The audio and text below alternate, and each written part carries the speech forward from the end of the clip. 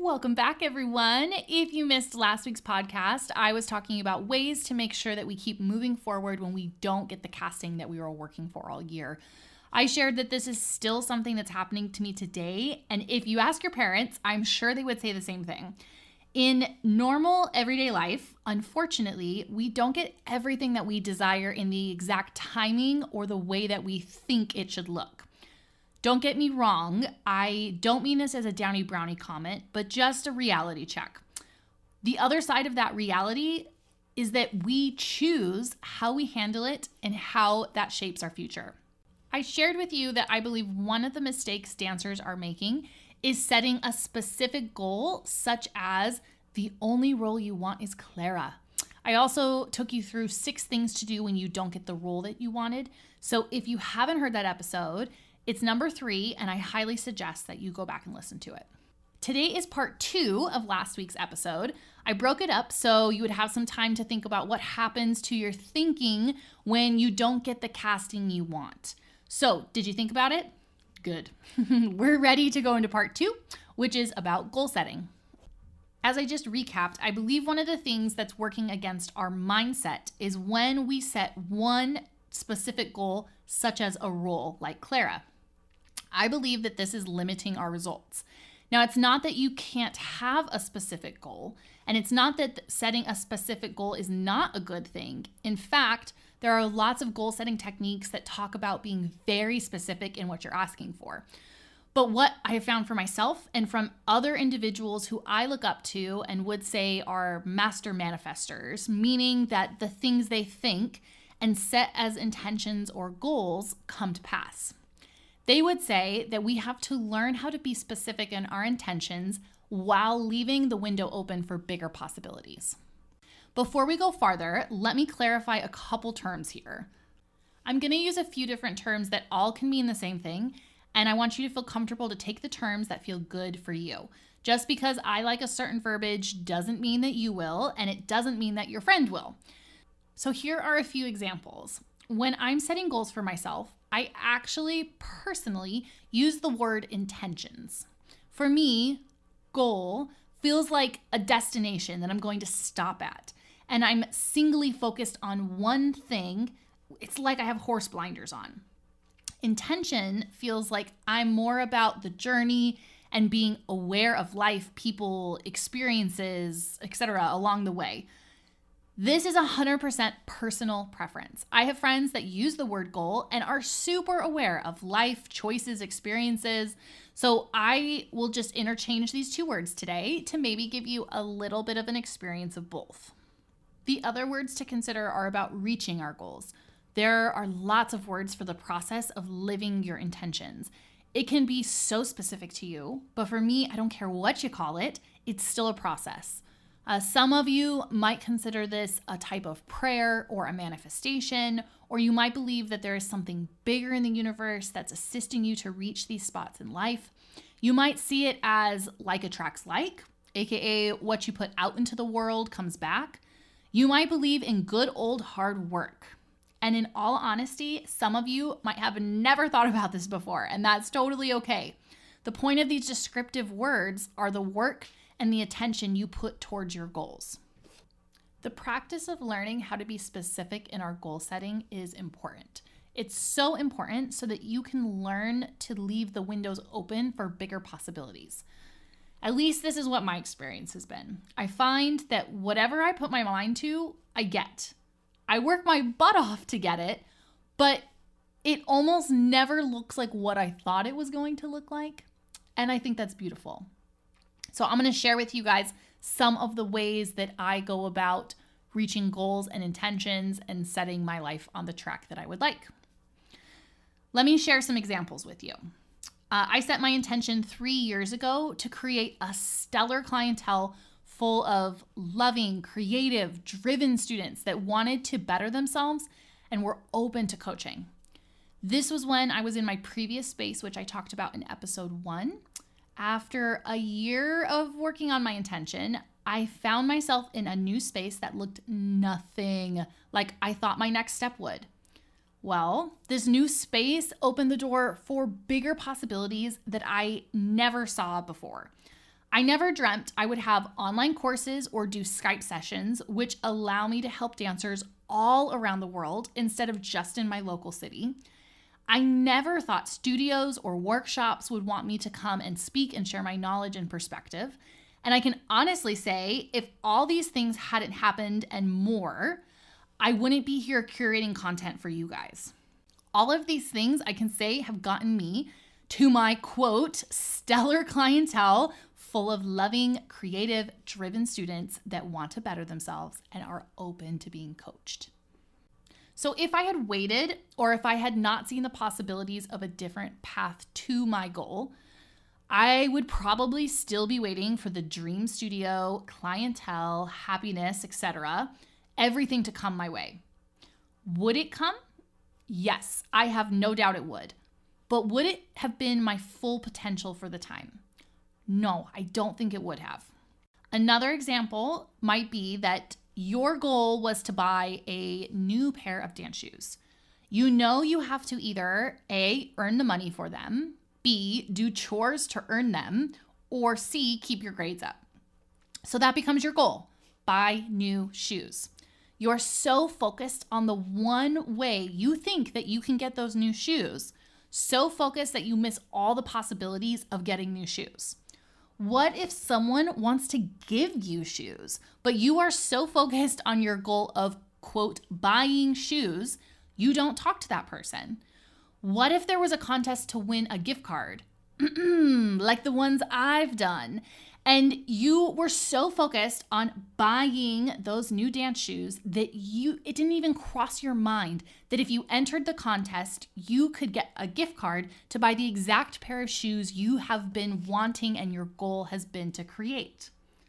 This is why I choose to say intention. Your intention is to get new shoes. How you get those new shoes? There are 100 different ways. Last example I'm going to use is from last week. We were talking about the Clara role. So let's say that your goal is to be Clara. You work all year to be Clara. Auditions come around and the casting director pulls you aside and asks you if you'd like to be Clara or this other great role they have in mind for you. You instantly say Clara because that is your singular goal in life. Well, it turns out if you had said, what's the other role? They would have asked you to be a lead role, a role that is more difficult, that shows more skill and technique than Clara. And it turns out that you were too specific in your goal to see the big picture and accept your full potential. I know that this kind of seems like a silly example, but let me tell you, crazier things have happened in my casting life. So in making our goals broad enough with clear direction, we are painting a blurry picture of what our future can look like. That leaves the details to be filled in. If we're painting a picture of our future, it would be like we're using watercolors.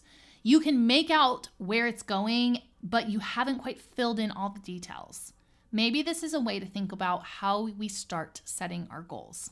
Now, when I set goals, I really like to start with the feeling of the goal. Examples and questions you can ask yourself are, what would it feel like to have the role of a lifetime? What would it feel like to accomplish something that you've worked so hard for? What would it feel like to see your name next to your dream role with your friends around you congratulating you? This is great practice for general life goals. How do you feel at your best? Think of the best day you've ever had with your family or friends. What did it feel like? Not what did you do? Scientists say that we are only conscious of 5% of our thoughts. 95% of our thoughts are subconscious. Think of all the things you think in a day. School, what to wear, how do you look, what should you eat, what is your body doing, are you in trouble with someone, what does so-and-so think of you, are you fat, are you too skinny, you wish you had this new outfit, why is that person looking at me, am I doing this right? The list goes on. Well, that's only 5% of what your brain is actually thinking. Crazy, right? The other 95% is happening without us realizing, and these are the things that start creating our reality and how we experience the world. So, if you know somebody who seems to have an effortless, positive outlook, whether that's on purpose or not, that's probably because their subconscious thoughts are on a more positive side. They've either trained themselves to be like that, or they were raised in an environment that was like that. So we turn our goals into subconscious thoughts that are constantly running through our unawareness. The more we channel and train our conscious thinking, the more our subconscious will follow. Experts say it takes 90 days to form a habit. That means if you want to be a better flosser, for example, you have to floss your teeth every single night for 90 days, and then it will become a habit. Physical habits are much easier to train, in my opinion. If you want to stretch more, that means whatever number of nights you choose to stretch, you have to do that for 90 days. If you want to eat greens every day, you have to eat green leafy vegetables every day for 90 days. To gain muscle, they say it takes 6 to 12 weeks to gain a very small amount of muscle. Side note, all you dancers that don't want to get bulky, don't worry. You will not get bulky by adding a few days of lifting in a week. Science will tell us that. So changing thoughts, I believe, takes more time. Remember, only 5% of your thoughts are conscious, and I can say from experience, it takes a lot to change a way of being an unconscious thought. Some people will say you can't change your unconscious thoughts, but like I said from experience and from watching people in my life that I both admire and coach, I've seen people's outlook on life, their demeanor, and their overall intentions change with time and persistence. So one way that I work on changing my subconscious thinking is by doing the good old sticky note. I love to put these around the house or in my favorite spot, which is the car. For example, if you want to remember and make a habit of taking your multivitamin every day, you could put sticky notes all around the house in the places that will remind you to take your vitamins. This will assist you to make a habit out of it. And when you see these sticky notes, you're going to go take you those vitamins and you're going to do it for 90 days in a row. Now, my favorite way to change my thought process is a gratitude. I mentioned this in episode 1. Simply putting a sticky note that reads, "What are you grateful for?" Every time I see that, I read, "What are you grateful for?" and I think of a thing that I'm grateful for in that moment. So some ideas of what your gratitudes could sound like are, I'm grateful for my car that transports me to and from work and dance with ease. I'm grateful I have somewhat cute sneakers that support my hips so that I can work and stand all day without pain. I'm grateful for a loving family that always supports me. I'm grateful there is fun music on the radio. I'm grateful for my health. I'm grateful for clean drinking water whenever I want it. I'm grateful for concealer that covers up my zit today. I'm grateful that I can find one thing I'm grateful for today when I feel like this day sucks. Put these stickers on your binders, in your dance bag, in your house, on your mirror when you're getting ready. And every time you see it, you don't have to take long. You don't have to make it deep. You don't have to change the world. You just have to think about what you're grateful for in that moment. Doing this over time will change your perspective from the nitpicking, judgment, impatient self that we all feel sometimes, and it will start shifting you towards gratitude and seeing the good news in the situation and assisting you to shift into possibility instead of doubt. I've done this with training myself to drink more water. I've put sticky notes all around the house and everywhere in my life that say drink more water or just simply water. And when I see it, I must pick up my water bottle. Remember, we have to form that habit. Now, throughout the day, I pick up my water bottle way more often. I also use this technique for goals and intentions I'm working to create a new situation for myself, kind of like I shared with my breakup. This could be a job opportunity. It could be certain casting, a change in your body you want to see, different relationship with friends or family. I write 1 or 2 words that remind me to send a thought of what I desire into the universe and into my mind to start changing that thought process. Now, a tip for creating goals and making them part of your subconscious thinking is to say everything as if it is in the present. Examples of way to change your wording are like this. If you want to be more flexible, it's not I will be flexible or I want to be flexible. It's I am flexible. Instead of I want to eat more greens, I will eat more greens, I wish I ate more greens, it's I eat abundant greens every day. Instead of I want to be skinny, it's I feel fit and healthy. You can also use this to change negative thoughts. So how many of you have looked in the mirror at some point and said, ugh, I feel fat today? Well, what if instead, when you look in the mirror and that fat crosses your mind, you change it and say, I feel healthy and fit? Because isn't that truly what you desire, to feel a certain way? I promise you it has nothing to do with the thing. If you were 82 pounds and I could see your organs, you would still say, I want to be skinny or I feel fat. This is a great example of why we get to change our subconscious thinking. If that's what you recognize you're thinking, can you imagine what's rolling around up there in your subconscious? Crazy. Yeah.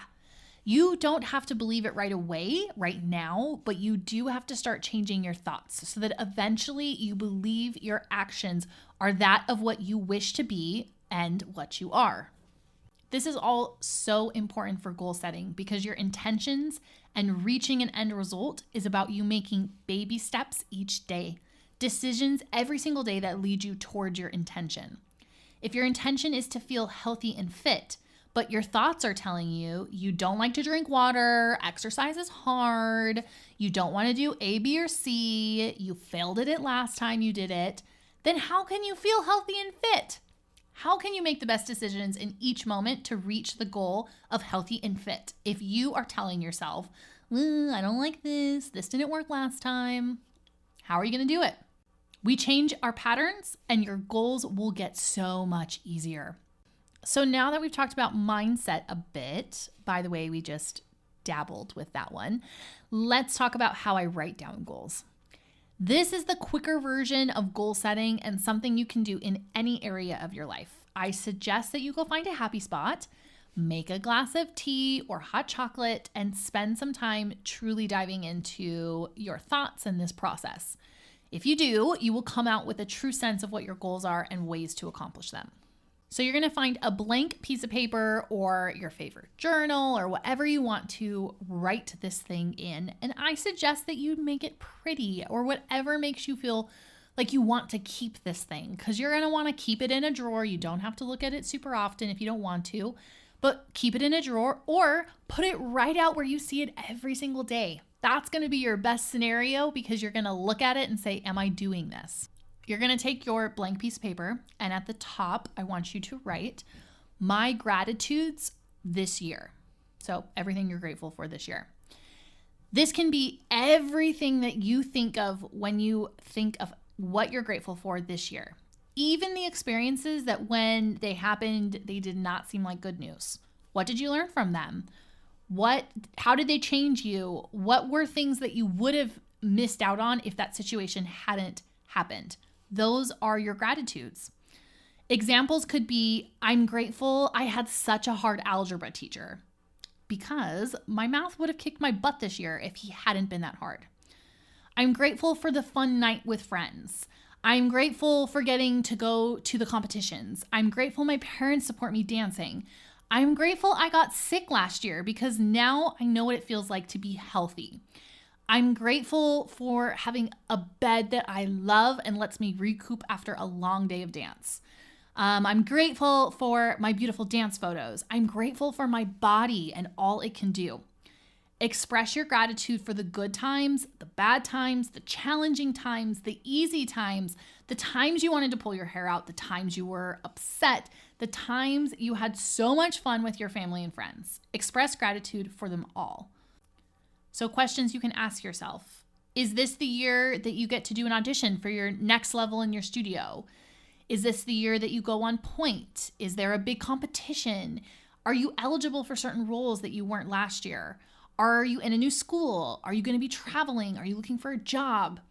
I want you to write everything that you dare to dream about what could happen this year and possibilities in all scenarios. After you finish writing all these things that you want to accomplish this year, take time to look and feel about everything. How does each of these things that you wrote make you feel?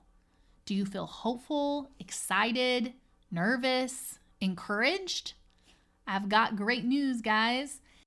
If you look at some of them and feel a little nervous about approaching them or making them happen, I've got great news for you.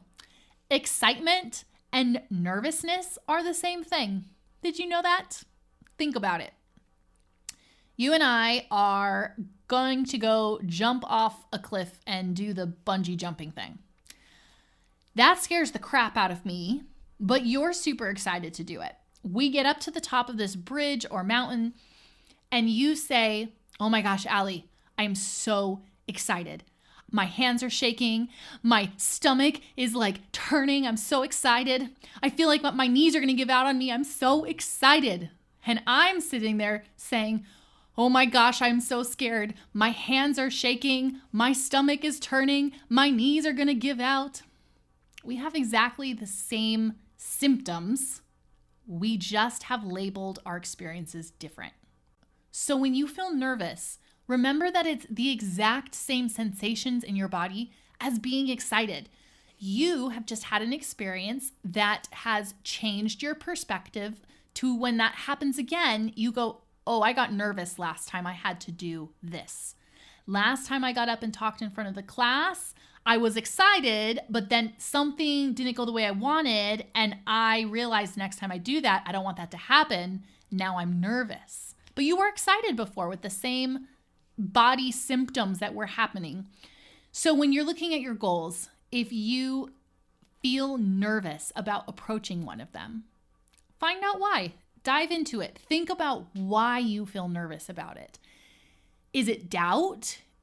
Is it that you don't feel confident in the skill? Is it that you don't know how to approach it? What is it? Figure it out so you can turn it into excitement. Because I can say some of the biggest goals that I've ever accomplished for myself were ones that made me feel nervous. For sure. They were not feeling excitement at the very beginning until I changed and went through them. Now I'm super stoked on them.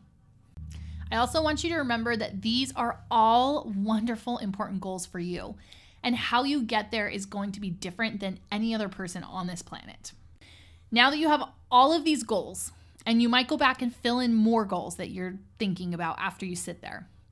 So now that you have them, I want you to circle the top 3 goals for this year. What are the 3 things that you want the very most, that you are willing to put everything into to get? What makes you the most excited to accomplish?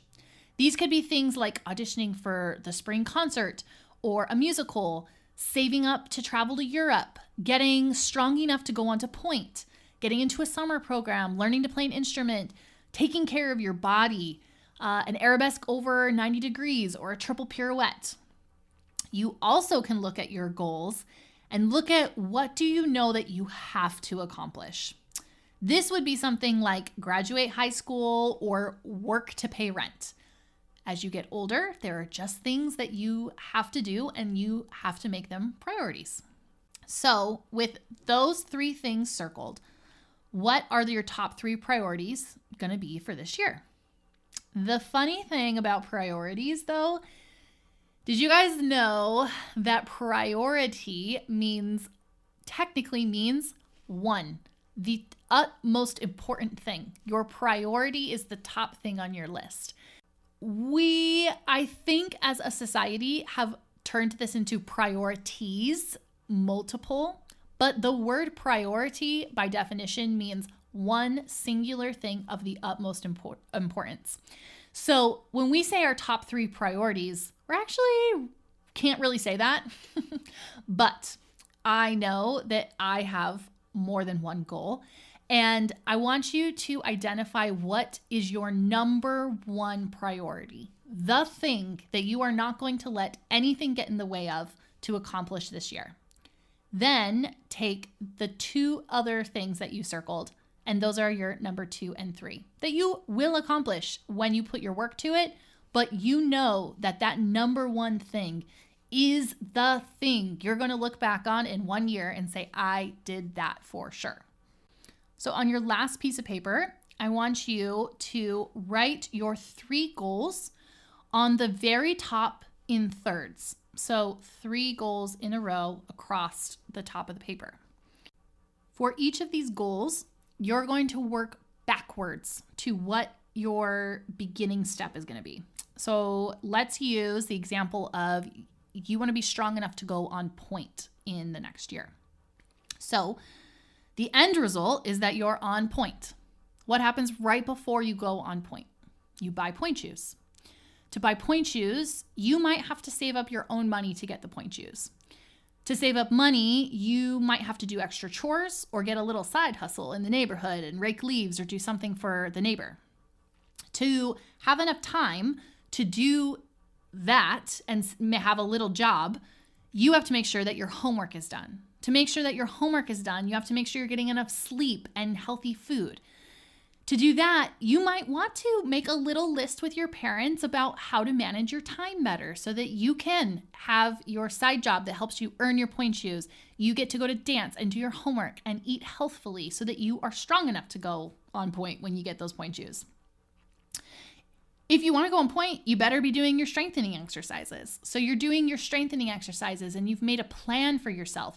You've put your sticky notes out. You know what your exercises are. You're doing them and making them a habit for those 90 days and then the full year leading up to going on point. But before you can do your exercises, you don't know what to do. You've never done point before, so you have to do research. You have to look up and figure out what exercises are you going to have to do. You talk to your teachers, you look online, you figure things out so that you know where to begin. And before all of that happens, maybe you're sitting here listening to my podcast and you have to finish it and do your goal setting so that you know where to go. Do you see how I got backwards to this moment all the way up to where I got my point shoes? So that's a way for you to get really clear on what your goals are and what are the steps. Because I think one of the biggest things is that we don't always know how to get from point A to point Z. I know that I still have to do this every time I take on a new project at work, or we're figuring out where to go on vacation, or what our day is going to look like, or what my newest goal is for my health of my hip or back or whatever it is. I have to work backwards. I love doing this. It makes me feel really in control of what is going to happen and where I need to go. So you're going to make your detailed list of steps. If you want to have better balance, then you have to start at the bottom of your list and the things you need to begin with. Make those sticky notes for yourself, remind yourself to do your exercises and all of the steps if you want to have better balance. I've also heard that if you want to change something in your body, it has to become the majority. Meaning, if you want to gain muscle, you have to work out and lift the majority of the week. So that means at least 4 to 5 times a week to make a difference.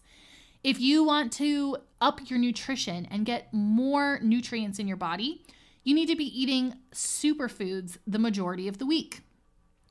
If you want better cardio for your upcoming performance, you need to be doing cardio exercises the majority of the week. That means 4 or more times a week.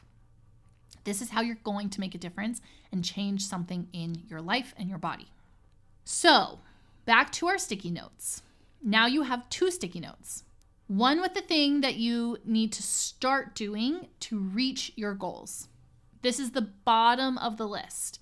As those things become habit, or you feel like you're mastering them, you're going to change the sticky note and go up on the list to the next thing. This is why I recommend that you keep your thing on the wall, because you're just going to kind of check it off as you go. Your second sticky note is your gratitude note. These are the gratitudes that you currently have for the things you truly feel grateful for right now, and for the things that you're working on feeling grateful for or would like to happen in the future. You can refer back to your first gratitude page to get that one started. Make as many copy of these sticky notes as you need. Some of the key spots in my house for my sticky intentions are the car, the bathroom mirror, the kitchen cabinet door, my work planner or binder, the front door. You'll find these spots that work for you, and I want them to be spots that you will see and that you do something about. Now, as you've made this list of steps, if you only have 3 things underneath a single goal, I think you need to go a little bit deeper than that. My experience with myself, my friends, and my clients is that it takes more than 3 steps to reach a goal. There are so many little in-between things that will get in the way of your goals that you're going to have to be clear on and decide that your priority, this goal, is the number 1 priority. So go back and listen to the breakdown that I did, see how detailed I got, and I could have even gotten more detailed on that depending on who you are or what your life is like. And if you feel like you don't know how to reach your goals, that is okay, because guess what? This is one of the reasons that I made this podcast. I wanted to bring people to you to assist you to educate yourself and make better life goals. Next week, I have a dance-specific nutritionist on, and she has so many tidbits and things to help you reach your goals. After that, I have PTs, sport medicine doctors, and trainers, all coming to help you be your best self. You can also find videos and information on my Instagram, always at Align Fitness by Ali. I've recently started an exercise and correction series of videos to help you navigate injuries, stretching, strengthening, and more. I get a lot of requests for that, so I am putting those videos out right now. I also have online courses for turnout and flexibility. If you're not sure how to make a difference in those, I suggest you start there. Start with these courses. They're made to educate and make a difference and fill in some of the blanks that I see in online dance programs. Also, please talk to your parents about your goals. They are your biggest cheerleaders and they will help you find resources so you can work your butt off, and that's what you'll need to do. And then lastly, I suggest that you share your intentions with your friends. I know that it can be scary to share our dreams with people, but it will make it so much easier to accomplish those goals when the people around you know what you're working for. They want you to succeed, and they will do whatever they can to help. This brings us to the closing chapter of our podcast here today. So if you feel like you got something out of this podcast, pop over to my Instagram and share your aha moment with me on my latest Instagram post. Your goals and your ahas truly, truly inspire me, and I know that they will inspire others. Sharing is one of the best ways to put love out into the world. And if you're listening to my podcast and you've listened to the last few episodes, or if you're just joining us today, would you please take 2 minutes right now to swipe down below and leave me a 2-sentence review? Share with me and other dancers just like yourself what you're learning today and why you're glad that you listened. So thank you for taking time to hang out with me today. And I want to end by sharing the thing I'm loving this week. And this week I had the fun experience of a disc injury in my back. It's been a learning process, that's for sure. I'm actually recording this podcast right now on my stomach in our podcast room. Thankfully, the microphone adjusted just perfectly so I can just lay here, but it's been an experience. So on top of having amazing practitioners who have been with me every day, guiding me through this and assisting me to heal quickly, I have been using a whole flower CBD product that has made a huge difference. I have been using this one for about a year, and I have clients who love it, who've used other CBD products and switched to this one because it was so potent. It takes 2 drops and it does wonders. I have people who've used it for in either addition or instead of ibuprofen or opioids or any type of harsher is the right word, harsher painkiller. People with migraines or bruises, and I have thankfully not had to use it for any of that stuff until now.